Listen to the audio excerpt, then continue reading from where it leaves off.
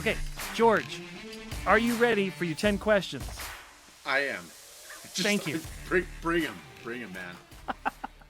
Question number 1, my personal favorite. Would you choose a Batman's utility belt or a fanny pack? For the look of the thing, I'd have to go with the utility belt. I think that the fanny pack was a bizarre idea, and I don't know how someone looked at that ever and thought like, that's fashionable. And so it's a fashion thing, and the reveal here is that I do think a lot about appearances.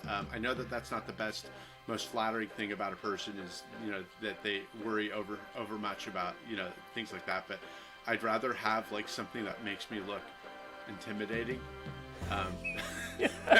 Don't mess with me, if you can believe it.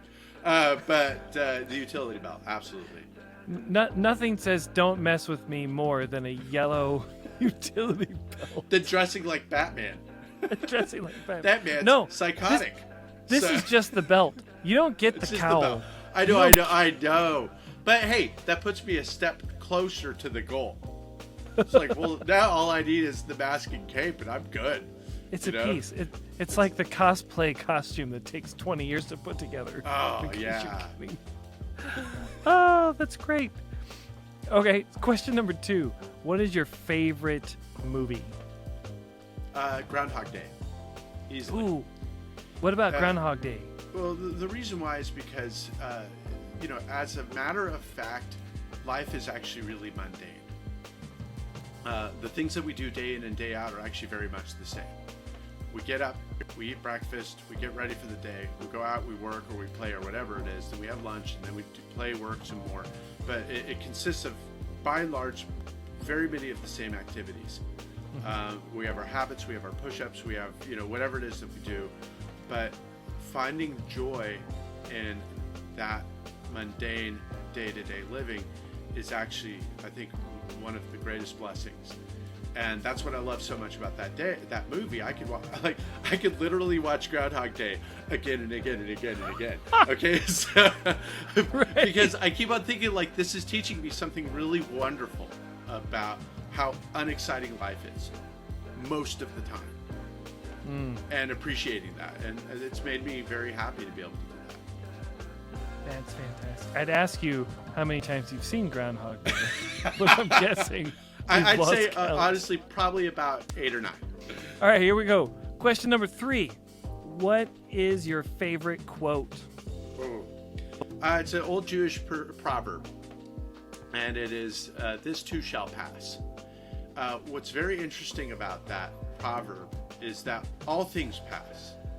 And that gets me through a lot of hard times. When you're going through a hard time, this too shall pass is very comforting. And what's even more interesting about that is that the Jewish language is constructed differently in one key respect from every other language I'm aware of. There is, in all languages, there is a grammatical construct called the copula. And the copula is effectively A equals B, whereas equals is the copula. In English, the copula would be the verb to be. And there are other copulas as well, but the key thing is that within the Hebrew language, they actually have a to be verb, and the to be in the present tense can only be used for one being, and that is God. I don't speak Hebrew, so I'm just taking it in as fact.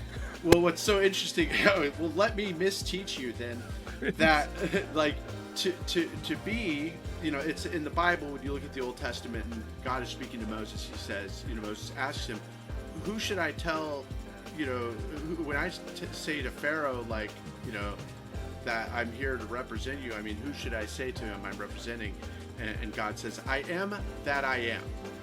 And you'll notice that phrase, I am, this use of the copula, is only used for God. He reserves that especially to himself. And so where this goes to, how I relate this to this too shall pass, is that there's only one real constant, and that is God. For me, my faith is very important in my life.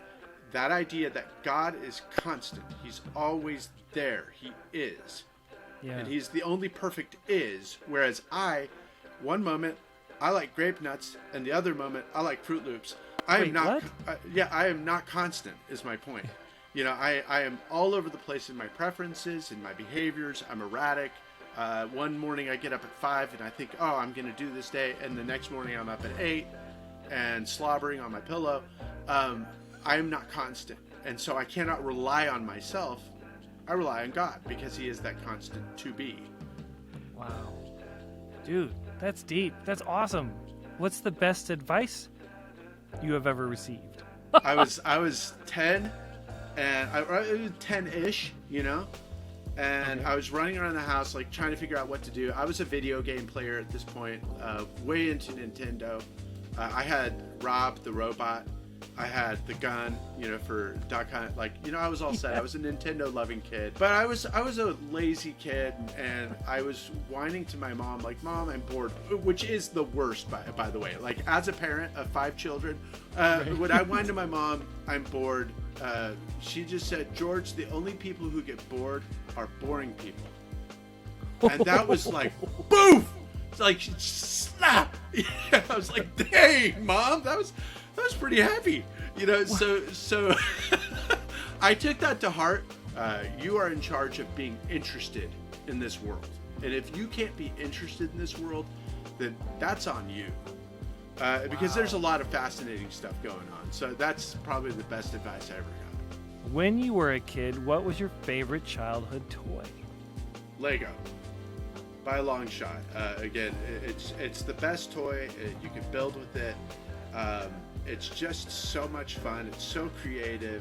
A matter of fact, here we're on video, right? So Yeah. it's like my Lego Ferrari, because my wife's never gonna let me get like a real one.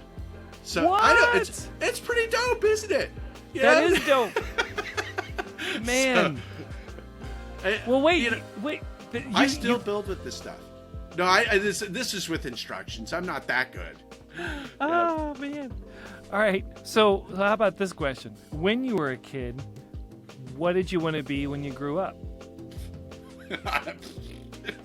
I had no idea. Probably like a high school band teacher. And I played in band, and I thought I was going to be a musician or something like that. I was very far from what I would actually become. Well, that brings us to question number 7. We are on the tail end of this. What brings you joy? My family. I love being with them, and I love the feeling of being with my kids. And that's such a great question. I don't want to give you just kind of a pat answer. I would say my family and cheesecake. Yeah. It's joy. Okay. If we're gonna go down that route, though, I will say my family and dark chocolate, because so I'm my faith. In my faith, I'm a member of the Church of Jesus Christ of Latter-day Saints. Some people might know us as Mormons. We don't drink. We don't. There's a lot that we don't do, and therefore we don't have fun. So you have to find other outlets for kind of that exposure. And if you know people who do like wine tasting, I've always envied them. I mean, that's got to be amazing, because there's an outstanding aroma about wine. I've never had it, but you need to have some sort of substitute to get you through. And so mine is artisan dark chocolates. I'm talking about makers who will make a bar, and they'll make it the same way, but from 6 or 7 different plantations. And so my wife and I will buy every line that one maker makes, and we will taste each chocolate and compare the flavor notes. Seriously? Wow. Yeah. So that's Mormon wine tasting. Mormon wine tasting with dark chocolate. So, okay, what if we flip this upside down? We go to the upside down for a second. Yes. And good reference. What brings you dread? Oh man, and I'll wear my feelings on my sleeve here. I'll be really. The thing that always scares me is the welfare of my children and my wife. If something happened to them also my siblings. And I don't like thinking that way. I don't like morbid thoughts. So I kind of like, the thought occurs and I'm like, nope, not going there, because it's so much dread that it's unpalatable. Even to talk about it just feels kind of like, I don't even like talking about it. But that would be the honest answer. But dread in a kind of more, casual way. Dread is, I don't like the idea that somebody is suffering on account of something that I did.